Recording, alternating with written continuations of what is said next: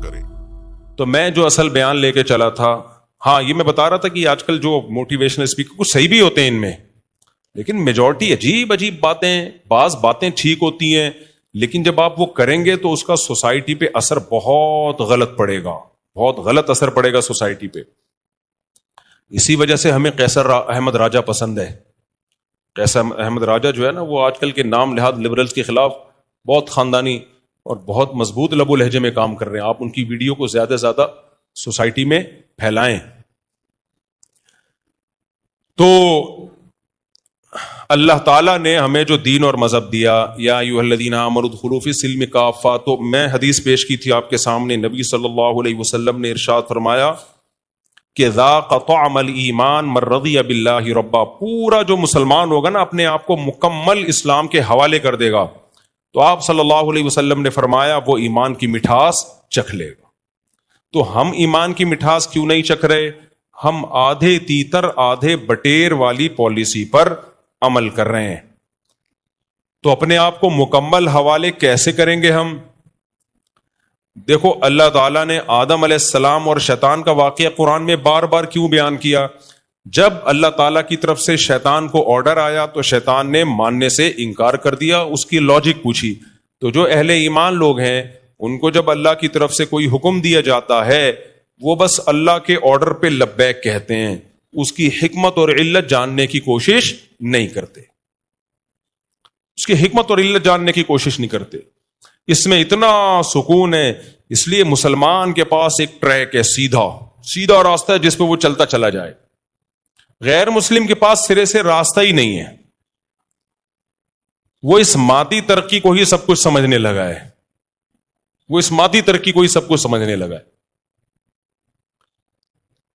تو ہمارے پاس اللہ نے ایک ہمیں سیدھا راستہ دیا ہے. اس راستے میں اللہ نے ہمیں 5 نمازیں فرض کی ہیں. اس راستے میں اللہ نے ہمیں رمضان کے روزے دیے ہیں. اس راستے میں اللہ نے اپنا ریلیشن بھی بتایا اور مخلوق کا ریلیشن بھی بتایا. مخلوق کے ریلیشن میں اس اللہ نے ہمیں ماں باپ کا حق دیا، بیوی بچوں کا حق بتایا. تو مسلمان ان سارے ریلیشن کو پورا کرتا ہے. انہی ریلیشن میں، انہی احکامات میں ایک بہت اہم ترین حکم ہے صبر. یہ صبر بھی آج کل مارکیٹ سے شارٹ ہوتا جا رہا ہے. تو ایجوکیشن کا ریشو تو بڑھ رہا ہے لیکن خودکشیاں اسی حساب سے بڑھتی چلی جا رہی ہیں. اس سے پتہ چلتا ہے بھائی انسان کی کامیابی کے لیے تعلیم سے زیادہ ضروری مذہب ہے. تعلیم سے زیادہ ضروری کیا ہے؟ مذہب. دیکھو اگر ہمیں کوئی غم پہنچتا ہے، اللہ ہم سب کو غموں سے محفوظ رکھے، یا تو وہ غم ہماری حماقت سے ہوگا یا کسی قدرتی حادثے کا نتیجہ ہوگا. دونوں میں سے ایک ہی بات ہو سکتی ہے نا. اگر قدرتی حادثہ ہے بھئی اللہ کی طرف سے، اللہ نے کیا فرمایا؟ صبر کرنا ہے. نیک لوگ صبر کرتے ہیں. ہمارے حضرت مفتی رشید احمد صاحب رحمہ اللہ تعالی فرمایا کرتے تھے کہ دینداری کو ناپنے کا طریقہ ہو نا، کسی کی دینداری ناپنی ہے کہ کتنا دیندار ہے. جیسے بخار کبھی کسی کو ہوتا ہے تو ماتھے پہ ہاتھ رکھ کے بعض دفعہ پتہ نہیں چلتا، ویسے ہی ماتھا بعض دفعہ دھوپ سے گرم ہو رہا ہوتا ہے. ایکسپرٹ تو بتا سکتا ہے لیکن عام آدمی دھوکہ کھا سکتا ہے. تو فرماتے تھے کہ بخار چیک کرنے کے لیے تھرمامیٹر لگاؤ گے پتہ چل جائے گا بھئی یہ دھوپ سے ماتھا گرم تھا یا واقعی سچی مچی میں اس کو بخار تھا.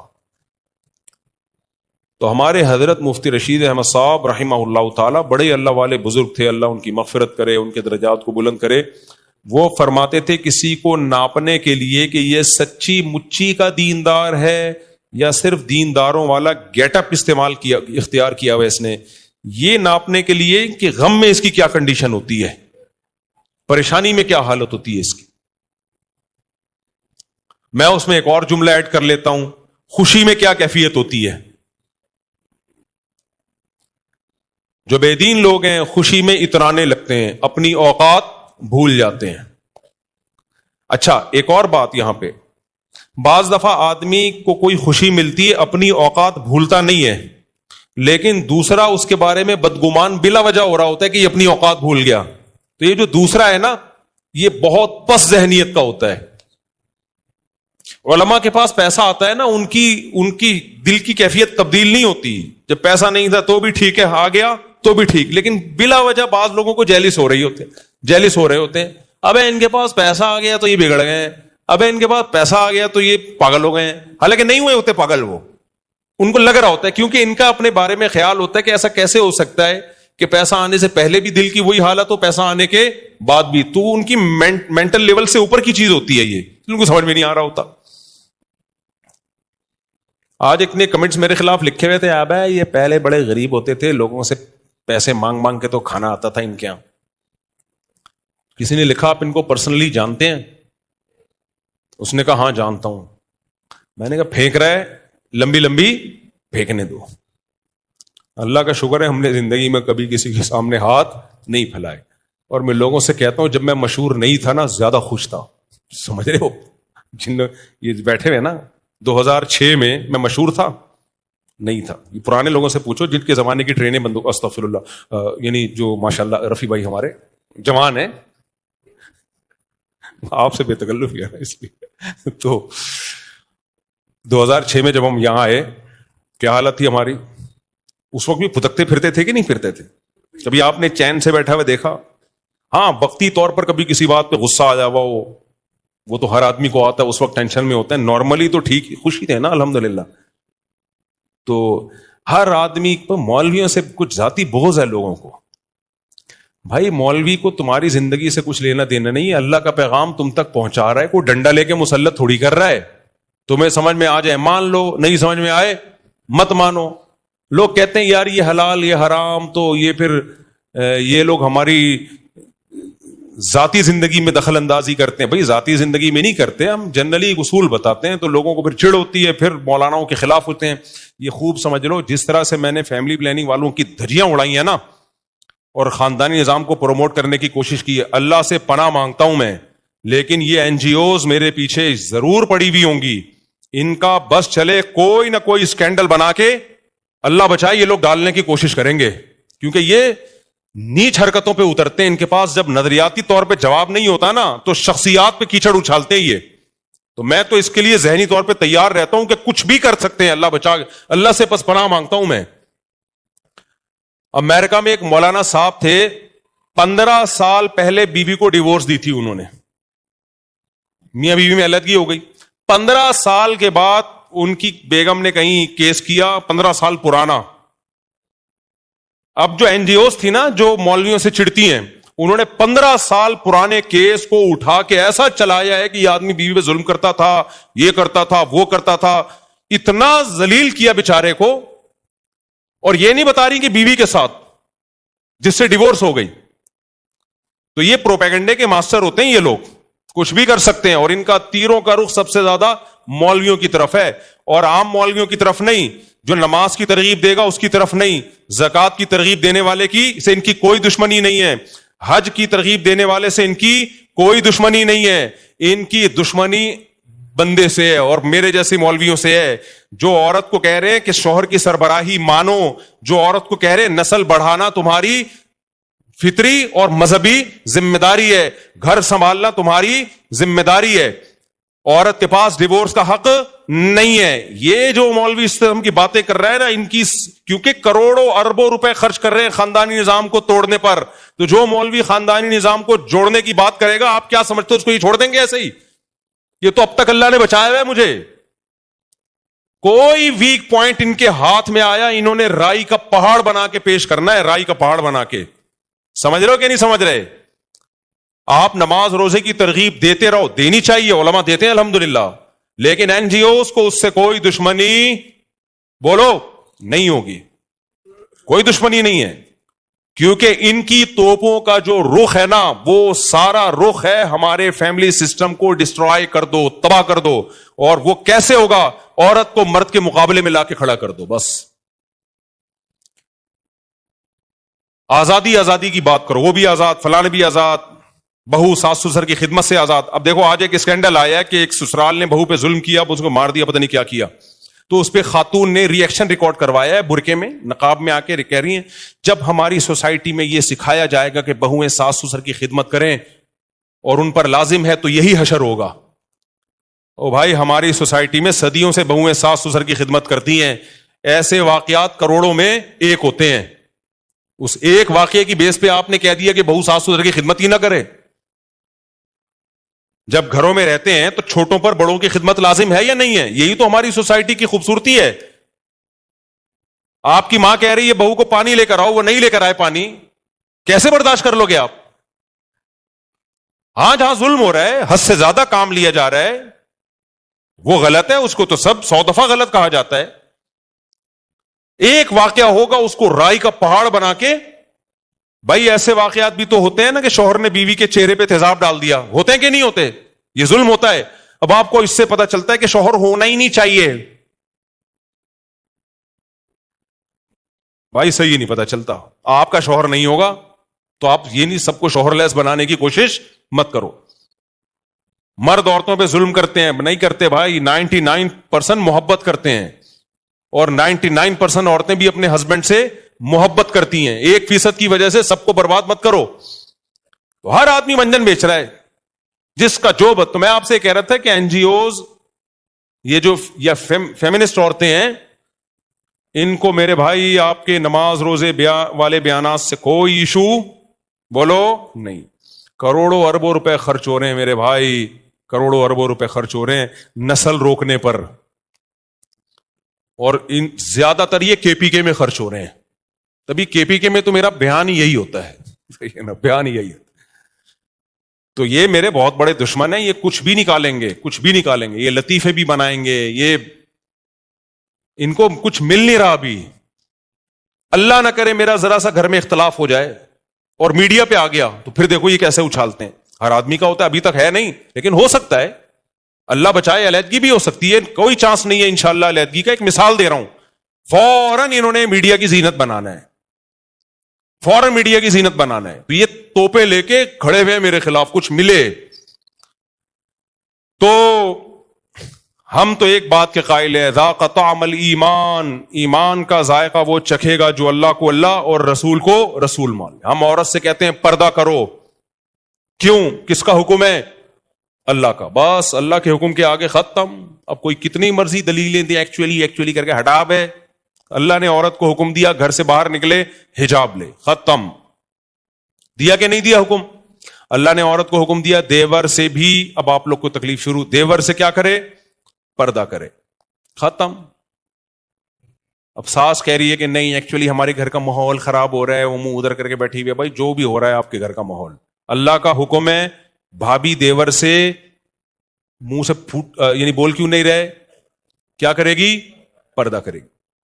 آپ کو سالی سے فری ہونے کی اجازت نہیں ہے.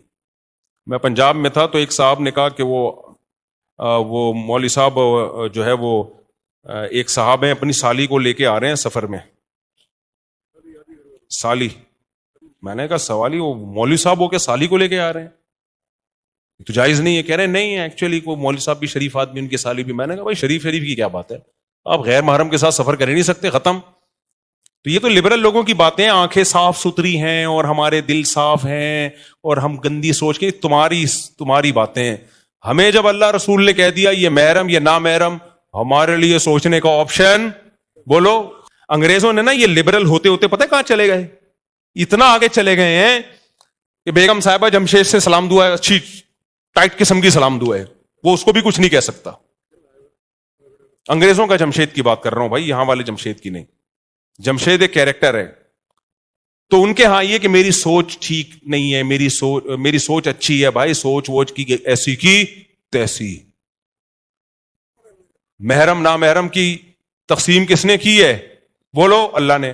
لوگ آتے ہیں میرے پاس, ابا مجھ سے تمیز سے بات نہیں کرتے, ابا یہ کرتے ہیں, ابا وہ کرتے ہیں, میں کیا کروں؟ بھائی حسن سلوک کے علاوہ تمہارے پاس کوئی آپشن نہیں ہے. بھائی یہ کیا, بھائی یہ کہ چھوڑ دے. بھائی ہم ابا کی اطاعت کیوں کرتے ہیں؟ کس کا حکم ہے؟ اللہ کا. ابھی ایک نیا مسئلہ بھی مارکیٹ میں آیا کہ اسلام میں والدین کی اطاعت کا حکم نہیں ہے, حسن سلوک کا حکم ہے. یہ نہیں لائے ہو بھائی مارکیٹ میں, بس کر دو یار, لوگ پہلے ہی پاگل ہو گئے ہیں. ابھی دیکھیں ایک ڈاکٹر صاحب نے کہا چاولوں میں دہی ڈال کے نہیں کھاؤ, ان کا کلپ بہت چل رہا ہے, لوگ باولے ہو گئے, میں بھی حیران گیا یار دہی سے آج سے تو. پھر دوسرے ڈاکٹر نے رد کیا کہ کھاؤ, تو اب کیا کریں, کھائیں کہ نہیں کھائیں, ڈاکٹروں کے پھڈے.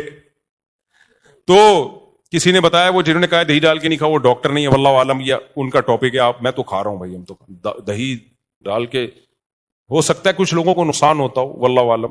خیر, تو قوم پہلے ہی دین پہ نہیں آ رہی ہے, اوٹ پٹانگ چیزیں سوسائٹی میں. لوگ کہاں ماں باپ کی اطاعت کر رہے ہیں, آپ ان کو اور زیادہ باغی بنا رہے ہو, اور باغی بنا رہے ہو آپ ان کو.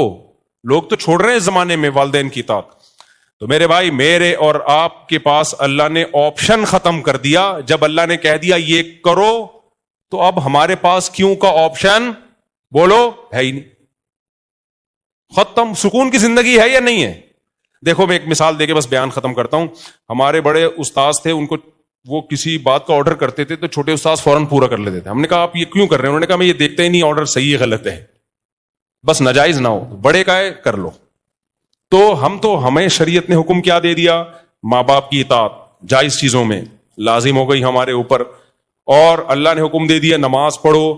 اب جو سوچتے ہیں نا وہ کہتے ہیں ایکچولی آج تھکاوٹ ہے, ایکچولی یہ نہیں ہے, سفر میں تو یوں. بھائی سفر میں بھی اللہ نے نماز کے حکام بتا دیے کیسے پڑھنی ہے, حضر میں بھی اللہ نے نماز کے حکام بتا دیے, وضو کا طریقہ بھی اللہ نے بتا دیا, روزے کا طریقہ بھی بتا دیا.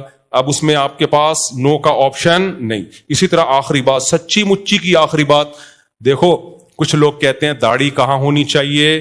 دل میں. کچھ لوگ کہتے ہیں داڑھی کہاں ہونی چاہیے؟ دل میں. کچھ کہتے ہیں داڑھی تو سنت ہے, کوئی فرض تھوڑی ہے.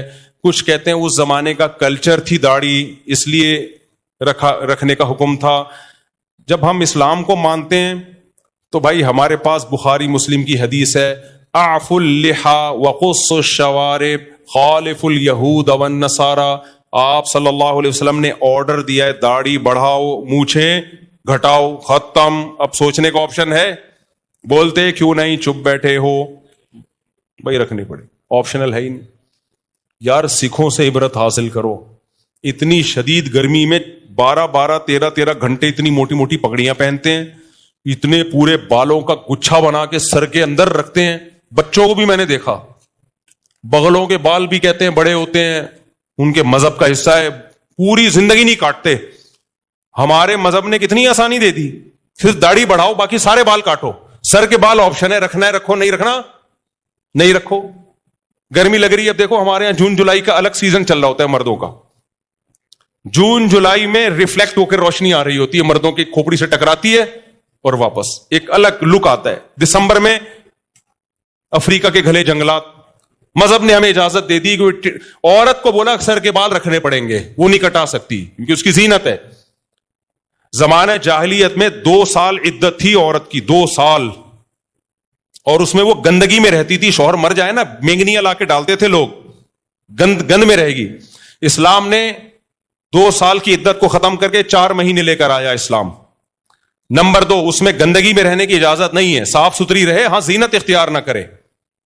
پھر بعض صحابیات کو اشکال ہوا تو آپ نے فرمایا زمانہ جاہلیت میں تم 2 سال کی عدت ہوتی تھی, اسلام نے تم پہ رحم کیا, 4 مہینے کی رکھ دی. اب یہ بھی نہیں کرو گی کیا؟ حدیث کا مفہوم بیان کر رہا ہوں. بھائی بعض مذہبوں میں تو بال ہی بال ہیں.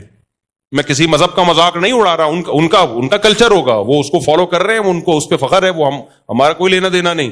لیکن اسلام نے, اگر اسلام کہہ دیتا بال بڑھاؤ, بغلوں کے بھی, مونچھے بھی, سر کے بال بھی, زیر ناف بال بھی, کتنی بڑی ٹینشن ہو جاتی ہمارے لیے. اللہ نے ہمیں حکم دیا بھائی داڑھی مرد کی زینت ہے, داڑھی بڑھاؤ, باقی بالوں کو صفائی کے خلاف کاٹ دو ان کو. سر کے بال آپشنل, پٹے والے رکھو, چھوٹے رکھو. رزینا قسمت الجباری فینا لنا ٹنڈن وللجہال بالو. اصل میں حضرت علی کا شعر ہے, رزینا قسمت الجباری فینا لنا علم وللجہال مالو, کہ ہم اللہ کی تقسیم پہ راضی ہیں کہ اللہ نے دولت مندوں کو جاہل رکھا, ہم غریبوں کو اللہ نے دین کا علم دیا. حضرت علی مسکین تھے, غریب تھے, علم تھا بہت, تو کہتے ہیں ہم اللہ کی تقسیم پہ راضی ہیں کہ ہمیں علم کی دولت دے دی, مال سے غریب رکھا. آگے وہ وجہ بیان کرتے ہیں فَإِنَّ الْمَالَ يَفْنَى عَنْ قَرِيبٍ وَإِنَّ الْعِلْمَ يَبْقَى لَا يَزَالُ. مال فنا ہو جاتا ہے, علم ہمیشہ باقی. تو ہمارے مدرسے کے طلبہ نے, ہم جب آئے نا تو ٹنٹ پہ ٹنٹ چل رہی تھی ہماری, یہ لمبے بال رکھنے کا مجھے شوق نہیں، اپنے بچوں کو نہیں رکھنے دیتا میں، لیکن میں نے احتجاج میں رکھے ہیں. دور حدیث تک ہماری ٹینڈ کرائی ہے. پھر ہم جب مفتی بننے کے لیے تخصص میں داخلہ لیا تو ہمیں کہا گیا کہ اب آپ اجازت ہے. ایک دن استاذ آئے، انہوں نے بولا کٹا دو، پھر ہم نے ٹینڈ کروا لی. تو پھر میں نے کہا جب میں مدرسے سے فارغ ہوں گا احتجاج میں بال رکھوں گا، تو یہ احتجاجاً بڑے بال رکھیں. خیر، تو جب مسلسل ٹینڈ ہو رہی تھی نا ہماری، تو ہمارے ایک طالب علم نے کہا کہ اصل میں تو شعر یہ تھا، رضینا قسمت الجبار فینا لنا علم وللجہال مالو. تو کہتے ہیں ہم اللہ کی تقسیم پہ راضی ہیں، لنا ٹنڈن وللجہال بالو، کہ ہماری ٹینڈ اور جاہلوں کے سر پہ بال. مدرسے کے طلبہ جو علم حاصل کر رہے ہیں ٹینڈ، اور جو علم حاصل نہیں کر رہے بال. آگے تسلی کے لیے اس طالب علم نے کہا فَإِنَّ الْبَالَ يَفْنَى عَنْ قَرِيبٍ، بال ان قریب ختم ہو جاتے ہیں. وَإِنَّ الْٹِنْڈَ يَبْقَى لَا يَزَالُ، ٹنڈ کبھی بھی ختم نہیں. تو اللہ کی رحمت ہے بھائی، ٹنڈ کا آپشن بھی ہے. میں پرسوں جم گیا تو ایک صاحب کی بڑی خوبصورت ٹنڈ چمک رہی تھی. وہ لیٹے ہوئے نا تھائس لگا رہے تھے، تو ان کی ٹنڈ سے پسینہ اور روشنی ریفلیکٹ ہو کے آ رہی تھی. تو سکھوں کے مذہب میں کتنی مشکل ہے، پھر بھی وہ عمل کرتے ہیں. ہمارے دین نے تو بہت آسانی کر دی بھائی. صرف داڑھی کے بال اللہ چاہ رہے ہیں کہ رکھ لو یار، باقی تو حکم دے رہے کٹاؤ، داڑھی کے رکھ لو. سر کے بال آپ کی مرضی ہے، رکھنا ہے رکھو، نہیں رکھنا ہے نہیں رکھو. اتنی آسانی کر دی، وہ نہیں ہو رہی. تو مسلمان کے پاس آپشن نہیں ہے. اب دیکھو میں سکھوں سے پوچھتا ہوں کہ تم کیوں بال رکھتے ہو، وہ کوئی دلیل نہیں دیتے، کہتے ہمارے مذہب کا حکم ہے. یار ہم محمد صلی اللہ علیہ وسلم کے ماننے والے ہیں، ہم سید الانبیاء کی بات نہ مانیں اور ان لبرل لوگوں کی باتوں میں آئیں تو رکھ لو بھائی، اللہ نے حکم دیا ہے تو ہمت کر لو. کیا جا رہا ہے اس میں، کچھ بھی نہیں ہوگا. کیا داڑھی والے جن چڑیل بھوت لگ رہے ہوتے ہیں کیا؟ میں آپ کو کیا لگ رہا ہوں؟ اسی پہ 4 ہوئی ہیں میری، اسی پہ 4 ہوئی ہیں، تو آپ کو بھی مل جائے گا رشتہ انشاءاللہ. ہاں کچھ داڑھی والوں کو پسند نہیں کرتی، ریجیکٹ کر دیتی ہیں، ایسی کی تیسی. ان لبرل انٹیوں سے شادی کر کے تم نے کرنا کیا ہے؟ وہ پھر میں بولوں گا بیچ کے کھا جائیں گی، تو ارشاد بھٹی آئے گا بولے گا آپ نے کیوں بولے بیچ کے کھا جائیں گی، اس لیے میں یہ جملہ لے لیتا ہوں. تو